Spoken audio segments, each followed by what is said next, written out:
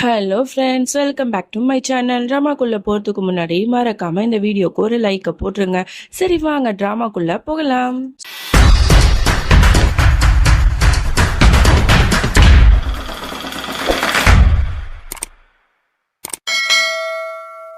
Starting சீன்ல வீட்ல தான் காட்டுறாங்க. பரி வந்து பாத்ரூம்ல மயக்க போட்டு விழுந்து கிடக்கா.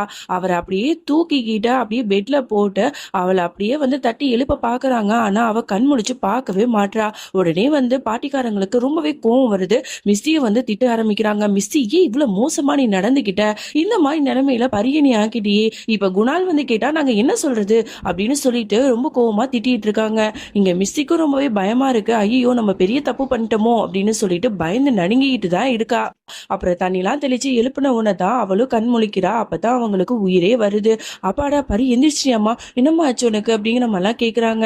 அப்ப வந்து நான் என்னோட அப்பாவை பார்க்கணும் அப்படின்னு சொல்லிட்டு அவ வந்து சொல்லிட்டு இருக்கா. உடனே வந்து பாட்டி சொல்றாங்க, இதோ கால் பண்ணி பாக்குறமா அப்படின்னு சொல்லிட்டு கால் பண்ணி பாக்குறாங்க. பிஸின்னு வருது. உடனே சொல்றாங்க, இந்த மாதிரி நெட்வொர்க் வந்து சரியில்லைம்மா, கொஞ்ச நேரத்துல அப்பாவே அடிப்பாரு சரியா அப்படிங்கிற மாதிரிலாம் சொல்லி சமாளிக்கிறாங்க. உடனே வந்து குணாலோட அம்மா வந்து மிஸ்ஸிய வந்து அப்படியே தர தரன்னு இழுத்துட்டு போறாங்க. அவங்களுக்கு ரொம்பவே கோவம் வருது. நீ எதுக்கு இந்த மாதிரி பண்ண மிஸ்டி? நீ இவ்வளவு மோசமானவளா இருப்பேன்னு நான் நினைச்சு கூட பார்க்கல. உன்னை நாங்க எல்லாரும் சேர்ந்து எவ்வளவு நல்ல விதமா வளர்த்தோம். அப்படி இருக்கும்போது இவ்வளவு கேவலமான ஒரு வேலையை செஞ்சுட்டியே. அப்படி என்ன பரிமையில உனக்கு அவ்வளவு கொலவெறி? இப்படிலாம் நீ பண்ணாத. இப்பவே வந்து உங்க அம்மா வரட்டும், இந்த விஷயத்த பத்தி உன்னோட அம்மாட்டையும் இஷான் அப்பாட்டையும் நான் சொல்லதான் போறேன் அப்படிங்கிற மாதிரி அவங்க சொல்றாங்க. உடனே மிஸ்டி வந்து கெஞ்சிரா, பாட்டி பாட்டி ப்ளீஸ், நான் தெரியாம தப்பு பண்ணிட்டேன், அம்மாட்டையும் அப்பாட்டையும் இதை சொல்லாதீங்க அப்படின்னு சொல்லிட்டு கெஞ்சிரா. இல்ல, நீ பண்ண தப்புக்கு தண்டனை கிடைச்சே ஆகணும், அதனால அவங்க கிட்ட நான் சொல்லிதான் தீருவேன் அப்படின்னு சொல்லிட்டு இவங்களும் சொல்லிடுறாங்க. அவ ரொம்பவே சோகமாயிடுறா. இங்க வந்து குணால் வந்து அவளோட ஃப்ரெண்டை கூட்டிட்டு வீட்டுக்கு போறான். அங்க போனா பரியை காணும். எங்க போனா பரி பரி அப்படின்னு சொல்லிட்டு தேடிக்கிட்டே இருக்கான். அந்த வீட்டு ஃபுல்லா படியை காணும். அப்புறம் அந்த ஆன்ட்டிக்கு கால் பண்ணி, ஆமா பரி எங்க, உங்ககிட்ட தானே விட்டு போனேன் அப்படின்னு கேட்க, இல்லப்பா எனக்கு வந்து உடம்பு சரியில்லை கொஞ்ச நாளா, அதனாலதான் பரிய வந்து மிஸ்ட்ரியோட வீட்லயே விட்டுட்டு வந்துட்டேன், அங்கதான் அவ இருக்கா அப்படிங்கிற மாதிரி சொன்ன உடனே இவனுக்கும் ஷாக் ஆகுது. என்ன, அம்மா வீட்டுக்கு அங்க போயிருக்காளா அப்படின்னு சொல்லிட்டு டக்குன்னு கட் பண்ணிடுறான். இப்ப என்ன பண்றது அப்படின்னு சொல்லிட்டு ரொம்ப வந்து திங்க் பண்ணிட்டே இருக்கான். அப்படியே இங்க வீட்டுல தான் காட்டுறாங்க.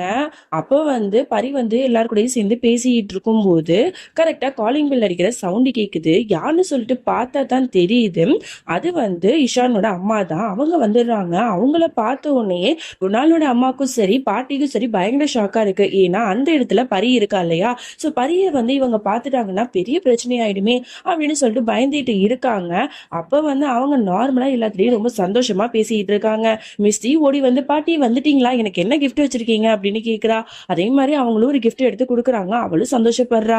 அப்ப எல்லாத்திட்டையும் பேசிட்டு, ஆமா இந்த சின்ன பொண்ணு யாரு அப்படின்னு சொல்லிட்டு அவகிட்ட பேச்சு கொடுக்க ஆரம்பிக்கிறாங்க. உன்னோட பேர் என்னம்மா அப்படின்னு சொல்லிட்டு அவளும் பரின்னு சொல்றா.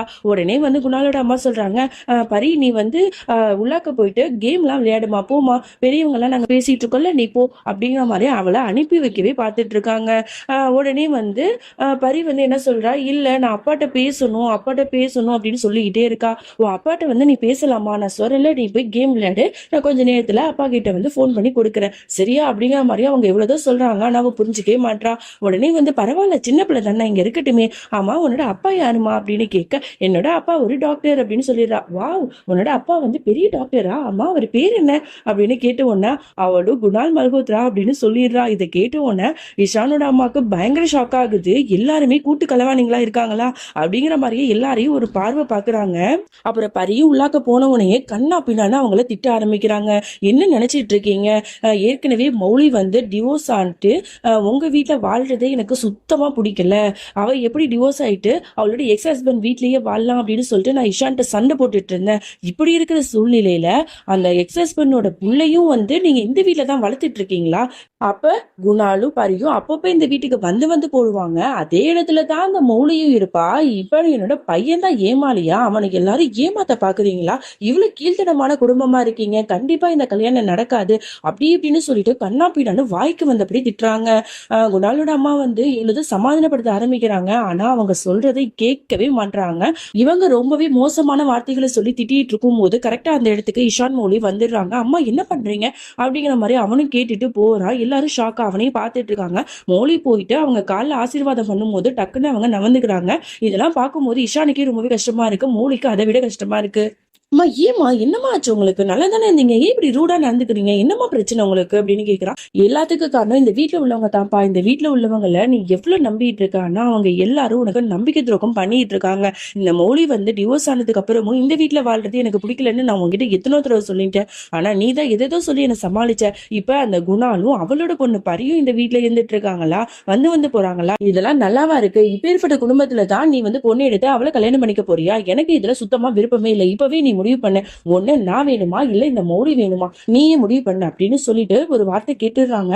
இதெல்லாம் கேட்கும் போது இஷானுக்கு செம்மையா கோவம் வருது. அம்மா ஏன் அப்படிலாம் பண்ணிட்டு இருக்கீங்க? கொஞ்சம் கூட அறிவு இல்லாம பேசிட்டு இருக்கீங்க. நான் தான் சொல்றேன், மௌலியை பத்தி நீங்க தப்பா பேசாதீங்க. இந்த குடும்பத்தை பத்தி எனக்கு நல்லாவே தெரியும். அவங்க கூட நான் இத்தனை வருஷமா இருந்திருக்கேன்.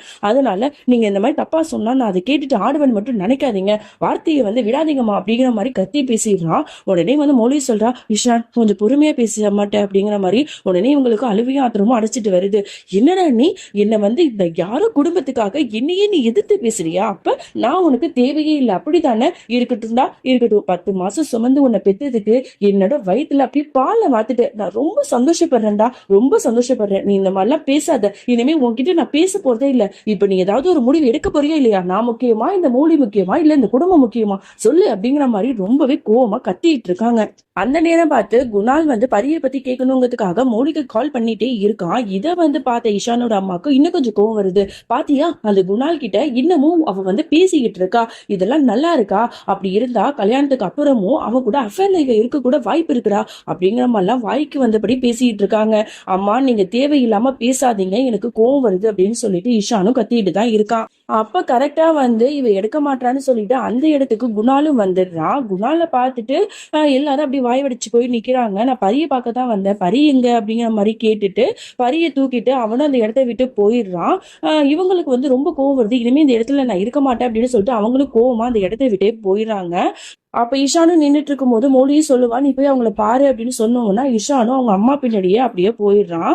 மௌலிக்கு வந்து ரொம்ப ஹார்ட்டிங்கா கஷ்டமா இருக்கு, நம்ம வாழ்க்கை ஏன் இப்படி இருக்கு அப்படின்னு சொல்லிட்டு உடனே வந்து மாமியாரை கட்டி பிடிச்சிட்டு அப்படியே அழ ஆரம்பிச்சிடுறா.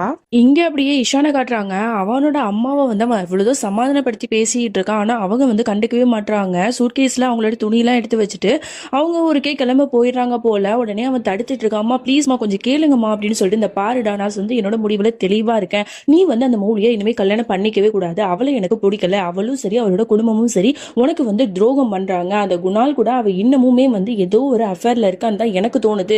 கண்டிப்பா நீ அவளை கல்யாணம் பண்ணிக்கிட்டா அவளோட லைஃப்ல நீ வந்து சந்தோஷமாவே நீ இருக்க மாட்ட.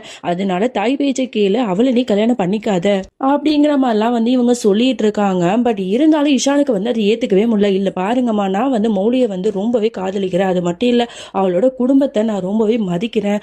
அவளை விட்டுட்டு என்னால வந்து ஒரு நிமிஷம் கூட இருக்க முடியாது. அவளை தான் நான் கல்யாணம் பண்ணிப்பேன் அப்படிங்கிற மாதிரி சொல்லிடுறான். அப்பனா என்னோட பேச்சுக்கு மதிப்பே இல்லை. இதுக்கப்புறம் நான் ஏன் இங்க இருக்கணும், நான் இங்க இருந்து போறேன் அப்படின்னு சொல்லிட்டு ரொம்ப கோவமா கிளம்புறாங்க. இங்க அப்படியே மொழியை காட்டுறாங்க. அவ ரொம்பவே சோகமா இருக்கா. அப்பதான் வந்து அவளுக்கு காஃபி எல்லாம் எடுத்துட்டு வந்து கொடுக்குறாங்க, சமாதானப்படுத்துறாங்க. எனக்கு எதுவுமே வேண்டாம், என்ன தனியா விடுங்க அப்படிங்கிற மாதிரி புலம்பிட்டு இருக்கா.